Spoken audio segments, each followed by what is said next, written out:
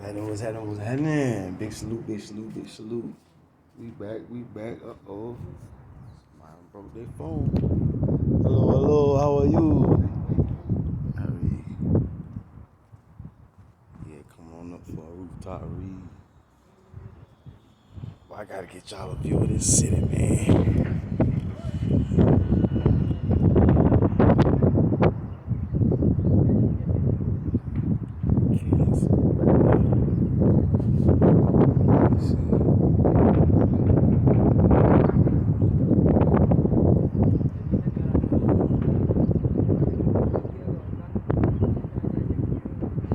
Yeah, I see it right there. Can't even see the damn sun in my eye. I can't see. Yeah, city looking good. City looking good. Oh, let me zoom back out.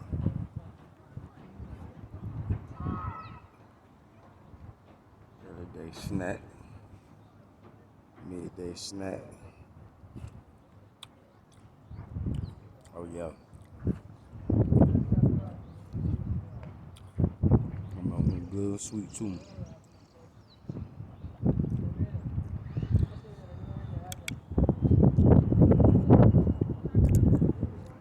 Eat to live, y'all.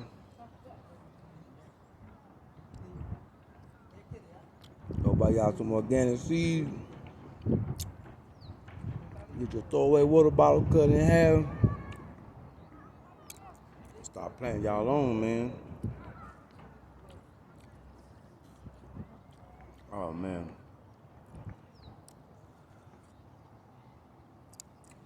It's sweet and it ain't even all the way ready. The seeds they black, they ain't all the way black.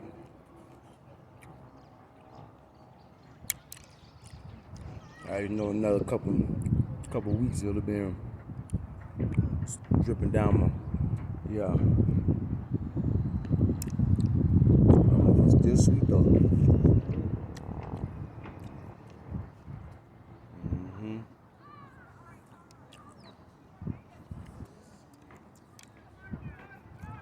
On to the other side. Oh, they getting ready to go. Oh, can I see it from this side? Yeah, that city in the background. Yeah.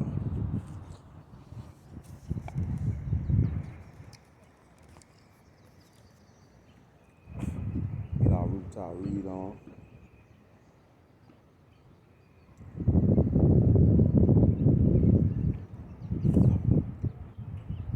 Yeah, in the daytime, well, at nighttime, they had this part closed off. The kids, the black kids, bad all over the world, y'all. These kids here got manners, and they still respect their elders. They still bad though. Yeah, they bad. And once they get away from mama and papa, they don't be thinking right.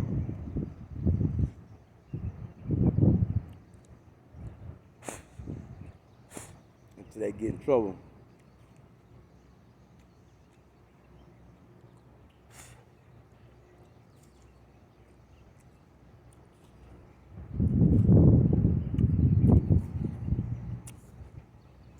Yeah, I had to do that, y'all. Get the view. Might go to the other side, boy. It's sunshine. I just had to give y'all some views right quick if y'all can see. I can't even tell if y'all can see or not. Y'all some views on the other side. Top of the world. Look like Gotham City. Look like Gotham City. That's dope. Yeah, that's dope. That's dope as hell.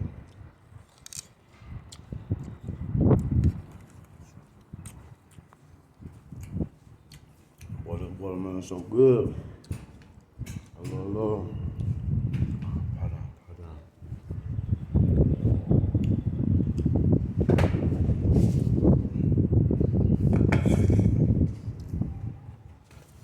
Yeah, watermelon's so good.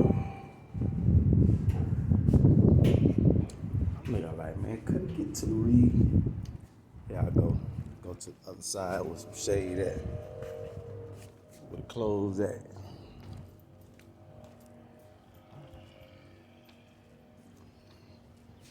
Yeah, that sun too bright on the other side. Yeah, so we're gonna thug it on this side, y'all. Yeah, then I got the Android out, so I'm gonna read off the iPhone today. Been working out 2 phones, still working on this memory thing. I got the memory cards, but woo, gigabytes and gigabytes and megabytes and all them bytes, man. So that's one thing to prepare for when y'all come to the motherland. Data, yeah, data. Memory for your photos and all that. Make sure you got 1 terabyte memory cards. Like I got the memory cards for sale. Where we at?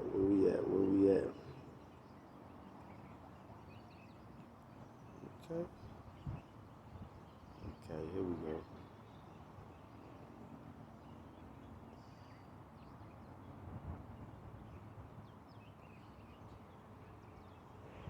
Go ahead and start reading. Pick up where we left off. I know what you call it, the iPhone ran out on me. So I'm gonna pick up where we left off though. I know where we left off at. Now bear with me.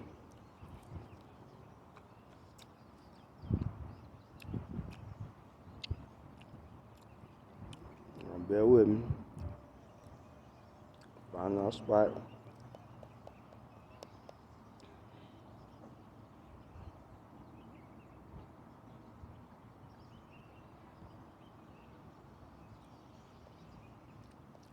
Find our spot right quick. Is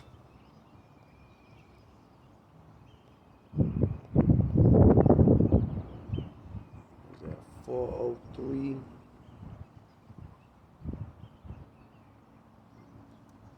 Yeah, 403.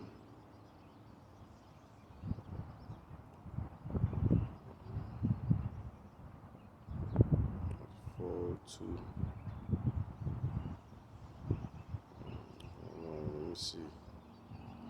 And where we left off at. Suffering.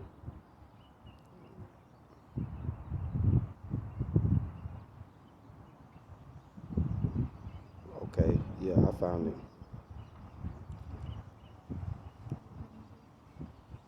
That journey will also take 40 years to complete, as it will include the complete rehabilitation of that desert area into a fertile greenery. All this was part of the prophecy.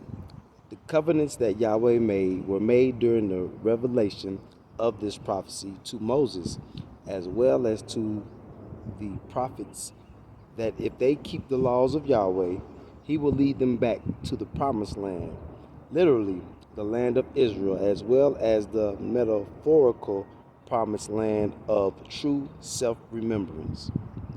These 2 stories have been confused and mixed into one in the legend of the Exodus of the Old Testament.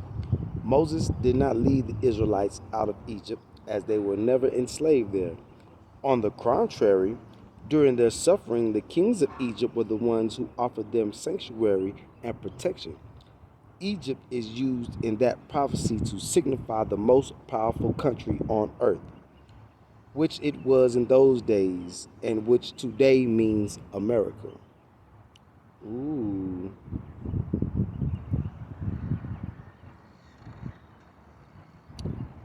Okay. Jesus did not die on the cross. He was killed by his enemies and then secretly buried by his friends in the regular manner. During those times, dying on the cross was one of the worst forms of torture that a person could undergo. They hung the person by driving nails through his wrists and ankles.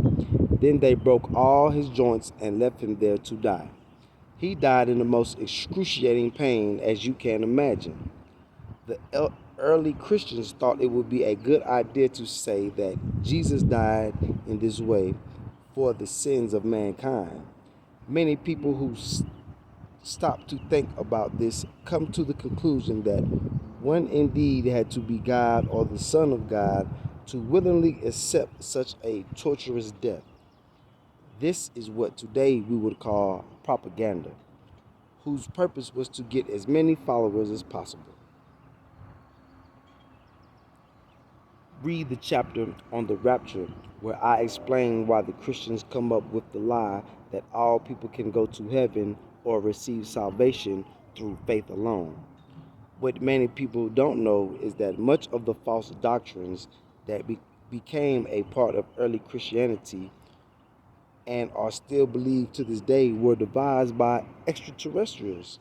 They have been directing the course of Christianity now for 2,000 years in order to get it to serve their purpose, which fundamentally have to do with their genetic problems.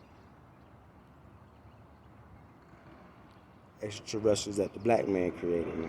Well, that was created through the evil or what he talk about in the book. This answer applies to both questions because they related. It's not a sin to look at a woman's body with the idea of sex in mind. This is perfectly natural and is part of the reason why we become attracted and eventually fall in love and get married. Sexual attraction is a large part of it. Now, having said that, looking at women solely for this purpose with no intent of ever having a responsible relationship with them is a sin. This type of behavior is what is meant by lust.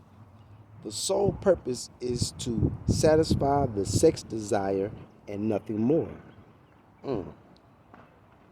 Someone may say, well, what if I sexually try out several women so I can find the right one? First of all, you don't have to try women in order to fall in love. Every man and woman knows this. Secondly, you cannot pretend to yourself. Every person knows deep down what his true motives are. In the mental realms, each one is stripped of all pretensions, pretensions, pretensions, and their true motives become exposed. If your real desire was simply for sexual pleasure, then this love of sex, just for its sake, will follow you to those realms, and the suffering associated with its removal will be intense. Ooh. It should be obvious then why adultery is a sin, i.e., the person is already married, thus, his sexual attraction comes with no responsibility toward a marital relationship. For a single man, the determining factor concerning his sexual activity is whether or not he has genuine intention to marry that woman. Of course, you cannot in a short time know a person as well as you would like. So sometimes you may have good intentions to marry and therefore feel no guilt about engaging in premarital sex, only to discover later that the person was lying to you or putting up a false front. In that case, it's not your fault. If the two of you split up, your motives remain pure. Okay, that sounds acceptable. People being what they are, with the tendency to easily give in to bad but pleasurable habits, it should be obvious then why the laws of the ancients leaned more toward celibacy before marriage. It's much easier to avoid the temptations of sex if one stays away from it altogether before marriage. Once a man indulges in it, it becomes very difficult to abstain after that. Yeah, because boy, we love sex in America, don't we? Ooh, we love it. Yeah, it's addictive. From that point, the situation can get out of hand so quickly that one finds himself inventing all sorts of justifications that would not have been necessary had he not put that first foot in the water. In the past few thousand years, we got married much earlier than we do today to avoid these pitfalls. But the white man's system today makes it nearly impossible to get married at a more sensible age, between 16 and 20 for men and 14 and 18 for women. The pull of sexual desire is very strong in males, and a man has to give in to it just once to understand this. Hence, the ancients taught that one should marry the woman first before engaging in sex. This responsibility naturally leans much more heavily on men than women, because 99 times out of 100, women who give in to our sexual advances do so with the pure motive of attracting us to eventually marry them. Yeah. Their motives in this regard are much purer than men's. The second point is, why do some men stay single for a long period? It is so that they can engage in responsibility free sex. Or are there legitimate reasons?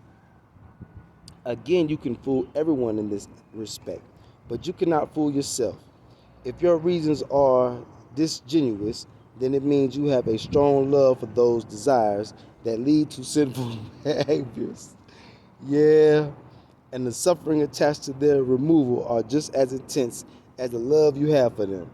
This applies to all the other sins you mentioned. A person who commits them willfully has a love for them, and the suffering and length of stay is in direct proportion to the love for them. Yeah, the more love you got for sin, the more longer your ass gonna burn in hell. There is great wisdom in the teachings of the prophets and saviors of this age. They taught always with an eye to the future, where they knew the laws of purification and balance can cause a great deal of suffering. If a person does not prepare himself or herself right here on earth and learn to conquer the desires that can easily lead to sin. To see how seriously the ancient Egyptians took their moral lessons, take another look at the Egyptian book of Coming Forth. You'll see the individual pleading with the gods of judgment that they did not give in to immorality. They even list all the laws one by one, which are more numerous than the 10 Commandments. These are the laws that help them to overcome early temptations, thus making their 3-day journey in the underworld much more bearable, or even quite easy in many instances. The power in Jesus' name does not come from Jesus, it comes from you. Remember, Jesus is your brother. He doesn't have any more power than you. This doesn't mean he doesn't have power.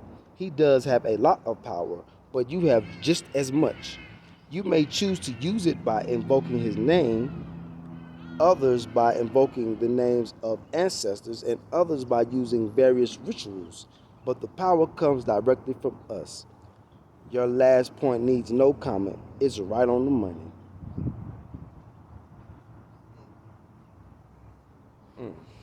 Man, Black Roots.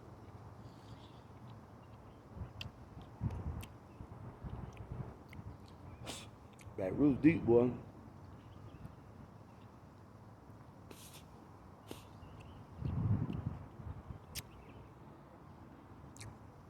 Hey, lady was up here listening. What the hell he up there talking about? Oh, y'all, here I come.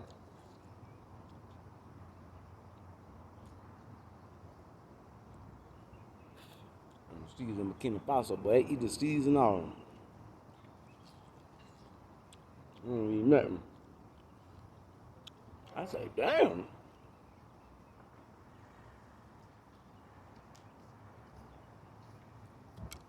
I say, you want to say the seeds and plant them for later. I like, nah, we eat them too. Okay. About the people who do bad things to us personally. I've had the same accidents happen to them also, but never with black people. Only non-blacks. Just recently, one got a disease in the leg where it had to be amputated. Another lost his job, etc. This has happened many times now. The reason it never happens with black people is because I have unconditional love for all black people, no matter what they do. I understand the reasons why they do what they do, so I've never had to deal with what you call their bad karma. But because of my hatred for the light races, bad things always happen to them when they negatively cross my path or try to prevent me from achieving my goals.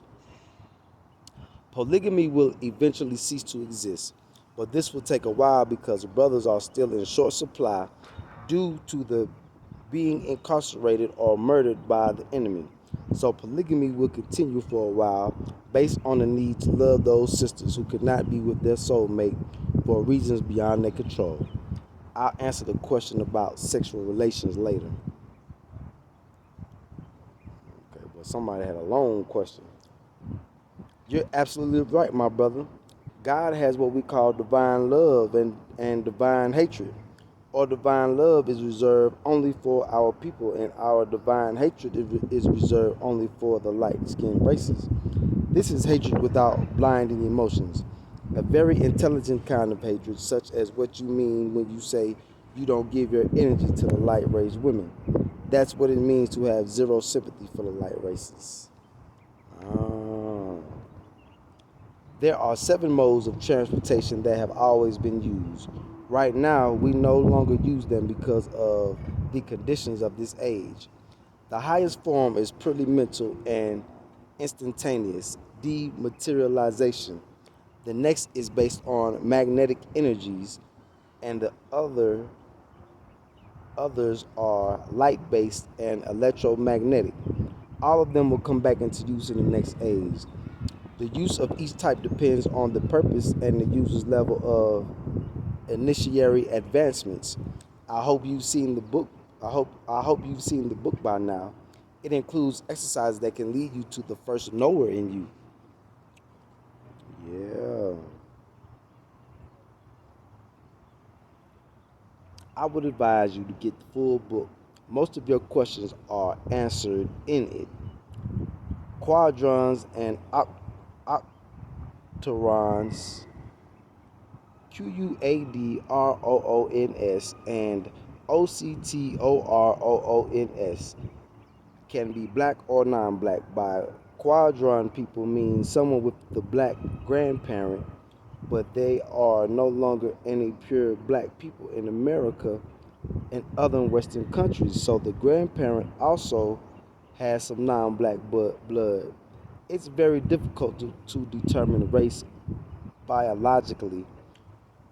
One has to know the exact biological makeup of all the ancestors back to at least 6 generations and find out how much non-black blood they have. For instance, if a quadroon's grandfather was himself a quadroon or octoroon, then the grandchild is most likely not black, his blood having been diluted beyond the 6th generation of blackness by his parents.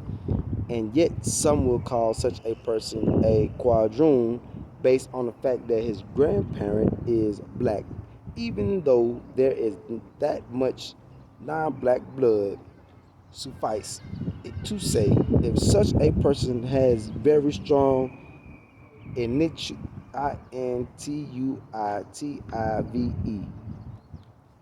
intuitive identification with black people, that person most likely is black because that intuitive feeling comes directly from his first self.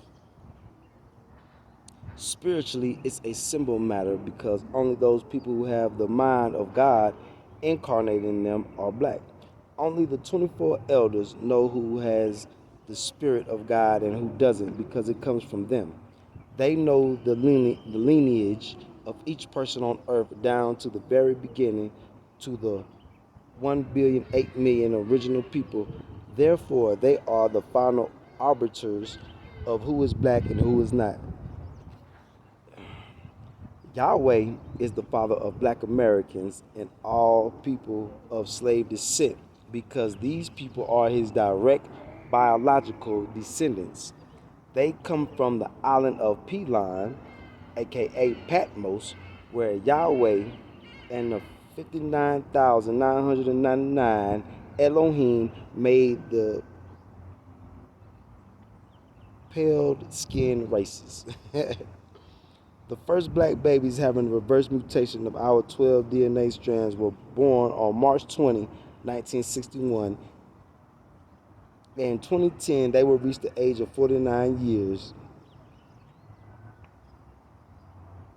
That is the age at which the human body and mind reaches full maturity. They will begin to feel the effects of the 12 DNA in 2010. Their children born between 2010 and 2012 will be born with the full spectrum of 12 strand DNA. There will be only a few of these children, as the parents, at least one, will be over 49 after 2012. All black children will be born with 12 DNA. This question is answered in the book.